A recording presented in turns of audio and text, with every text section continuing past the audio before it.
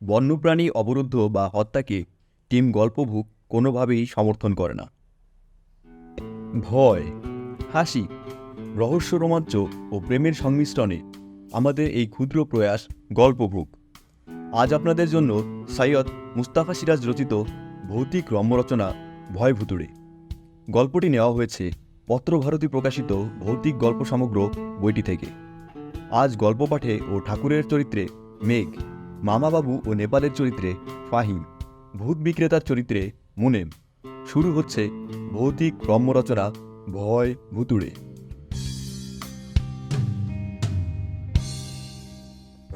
খবরের কাগজে একটা বিজ্ঞাপন বেরিয়েছিল। বড় অদ্ভুত বিজ্ঞাপন। সস্তায় ভূত কিনুন। বাচ্চা ভূত মাত্র 50 পয়সা, ধেড়ে ভূত মাত্র 1 টাকা। জাল ভূত নয়, একেবারে আসল ভূত। ভূতনাথ অ্যান্ড কো, 1/1 কালোবাজার স্ট্রিট, লালবাজারের উল্টো দিকে, কলকাতা।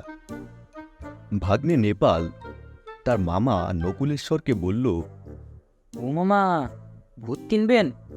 এই দেখুন, এই কাগজে বিজ্ঞাপন দিয়েছে। নকুলেশ্বর বললেন, তাই নাকি? দেখি দেখি। বিজ্ঞাপন পড়ে নকুলেশ্বর নেচে উঠলেন।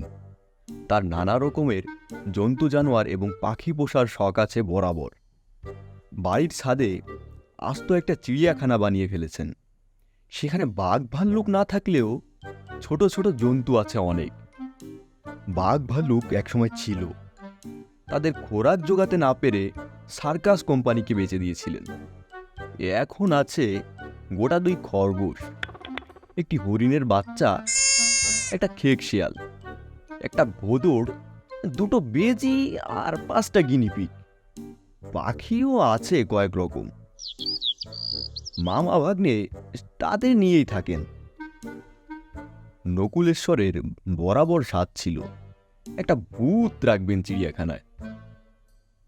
কিন্তু ভূত পাবেন কোথায়?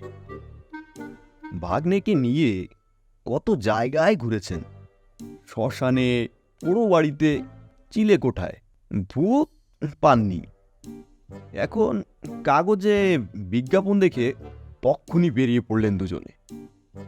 অনেক খুঁজে ভূতনাথ অ্যান্ড কং বের করলেন। বিরাট পুরনো একটা বাড়ি, তার ভেতরে অনেক ঘোরালো সিঁড়ি বেয়ে, অনেক করিডোর পেরিয়ে 3 তলার কোণার দিকে একটা ছোট্ট ঘরের দরজায় কোম্পানির নাম দেখতে পেলেন। টুলে বেয়ারা বসেছিল, বলল, বাবু, চলিয়ে যান অন্দর মে। বেয়ারার কালো কুচকুচে চেহারা, রোগা পটকা গড়ন, গোফটা প্রকাণ্ড। নেপাল ও নকুলেশ্বর চোখাচোখি করলেন। তার মানে বেয়ারাটা মানুষ বটে তো, বলা যায় না। ঘরের ভেতর আলো নেই, আবছা আধার। ঢুকে কিছু দেখতে পেলেন না নকুলেশ্বর, আর কেমন একটা চিমসে গন্ধ। নেপাল ফিসফিস করে বলল, এই ভূতের গায়ে কেমন গন্ধ মামা, এ বড্ড বিচ্ছিরি। নকুলেশ্বর বললেন, হ্যাঁ, এই তা তো হবেই, কিন্তু ঘরে যে কাউকে দেখতে পাচ্ছি না। দেশলাই চালুর মামা। নেপাল পরামর্শ দিল। অমনি কি হেড়ে গলায় বলে উঠল, আলো জ্বালবেন না, আলোয় ওদের কষ্ট হয়। এই যে এখানে চলে আসুন। নকুলেশ্বর বললেন, এই কিছু দেখতে পাচ্ছি না যে। দেখার দরকারটা কি? পয়সা দিন, জিনিস নিয়ে যান। বাড়ি গিয়ে কিন্তু অন্ধকারে দেখবেন। সে কি? না দেখে কিনবো কেন মশাই? আপনি বোকার মতো কথা বলছেন। ভূত হলো গিয়ে অন্ধকারের প্রাণী, তারা আলোয় বাঁচে না। যেমন ধরুন, আপনি ক্যামেরার ফিল্ম কিনতে গেছেন, ফিল্মের রোল থাকে কৌটোর ভেতর। কেন থাকে জানেন নিশ্চয়।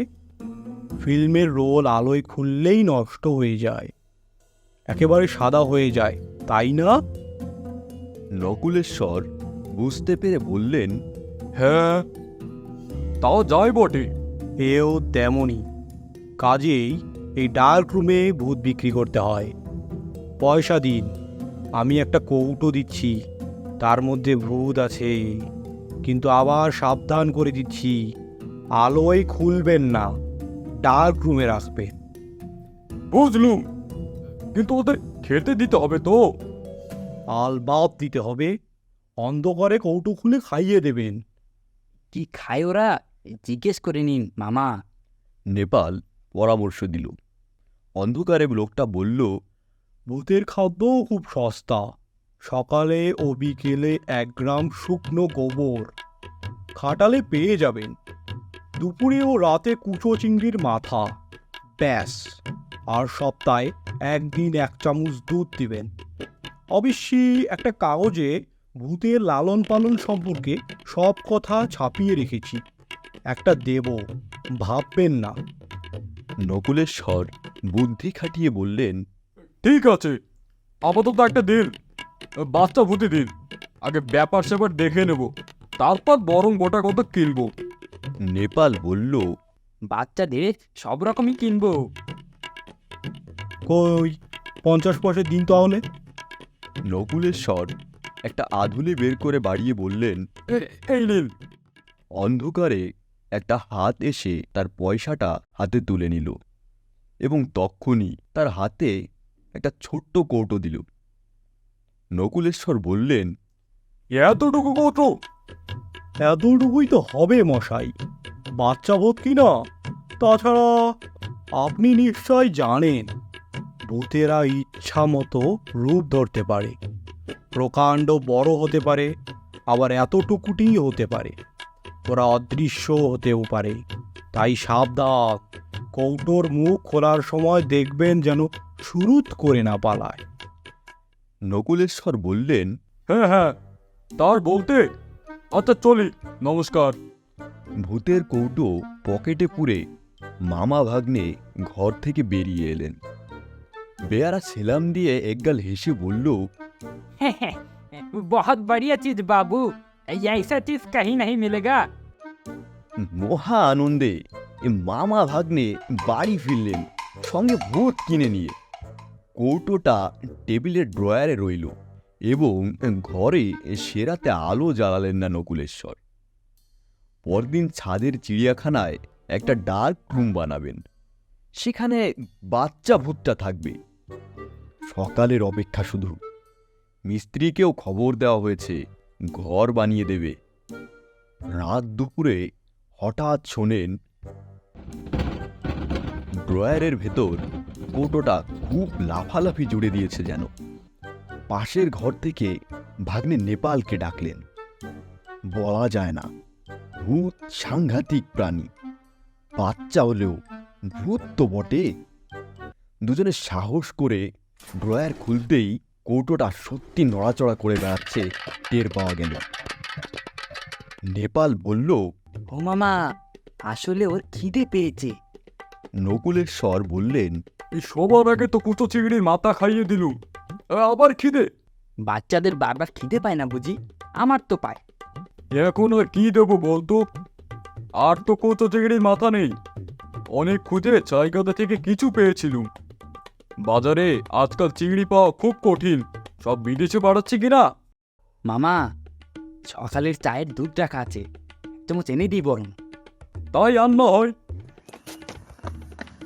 নেপাল দুধ আনলে নকুলেশ্বর কৌটোর মুখ খুললেন খুব সাবধানে। দুধটুকু ঢেলে দিয়ে আদর করে বললেন, লক্ষ্মী সোনা, মানিক, চো করে খেয়ে ফেলো তো বাবা। তারপর বাপরে বলে লাফ দিলেন। উহু হুহু করে উঠলেন নকুলেশ্বর।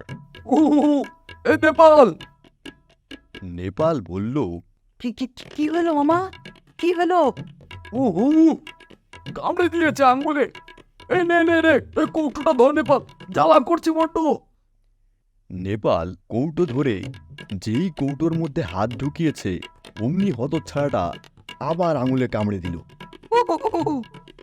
নেপাল কৌটো ফেলে দিয়ে বাপরে মারে করে কান্নাকাটি জুড়ে দিল। ওরে বাবা গো, বাবা গো, ওরে বাবা গো, জমিয়া গো। এ যেন এক হুলুস্থুল অবস্থা। ঠাকুর চাকর সব দৌড়ে এলো।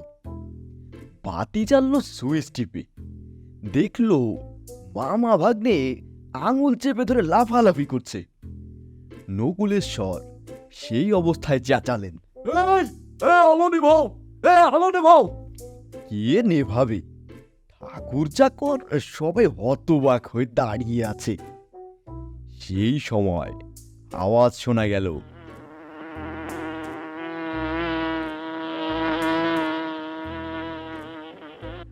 নিশ্চয় ভূতের বাচ্চার আওয়াজ। ঠাকুর চেঁচিয়ে উঠল, সর্বনাশ! বলতা বলতা, মস্ত বড় একটা বলতা। নকুলেশ্বর বিকৃত মুখে বললেন, এই ধর ধর ধর, কোর্টে পুড়ে দে। বলতে নয়, বলতে রূপ ধরেছে। বলতা ধরে সাধ্যকার। বলতাটা কিছুক্ষণ ওড়াউড়ি করে ঘুলঘুলিতে গিয়ে ঢুকল। তারপর তার আর সাড়া পাওয়া গেল না। আঙুল ফুলে ঢোল মামা ভাগ্নের। গোবিন্দ ডাক্তার এসে দেখে গিয়েছিলেন, জ্বরও হয়েছিল। ঘুলঘুলিতে খোঁজা হয়েছে অনেক, বলতা টলতা ছিল না। নকুলেশ্বর মনমরা হয়ে গিয়েছিল। আহা, যদি বাসা বানিয়েও থাকতো ভূতের বাচ্চাটা! জ্বর সারলে এবং আঙুলের ফোলা কমলে ফের সেই ভূতনাথ অ্যান্ড কংয়ের আপিসে গেলেন। কিন্তু কোথায় কোম্পানি? ঘরের দরজায় একটা কাঠের ফলকে লেখা আছে, ভজহরি ট্রেডিং কোম্পানি লিমিটেড। তারা অনেক কিছু বেচে, তবে ভূত টুত নয়। খোঁজ নিয়ে জানলেন ভূতনাথ কোম্পানি উঠে গেছে আগের দিন। পুলিশ ঝামেলা বাঁধিয়েছিল। আজকাল মামা ভাগ্নে মিলে খবরের কাগজের বিজ্ঞাপন খুঁটিয়ে পড়েন। আবার ভূত বিক্রির বিজ্ঞাপন দেখলে সেখানে গিয়ে ধেড়ে ভূতি কিনবেন। ভূতের বাচ্চাগুলো বড্ড বাজে, হিংসুটে স্বভাব, খামুকা কামড়ে আঙুল ঢোল করে দেয়।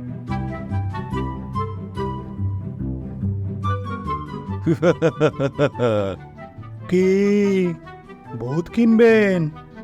বলুন দেখি বাপু, তাহলে কোনটা নিবেন? বাচ্চা ভূত 50 পয়সা, দেড়ে ভূত 1 টাকা।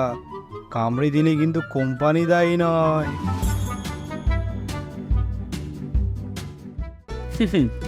আজ গল্প পাঠে মেঘ ফাহিম মোনেম, পোস্টার ডিজাইন ও ব্যাকগ্রাউন্ডে টিম গল্প বুক।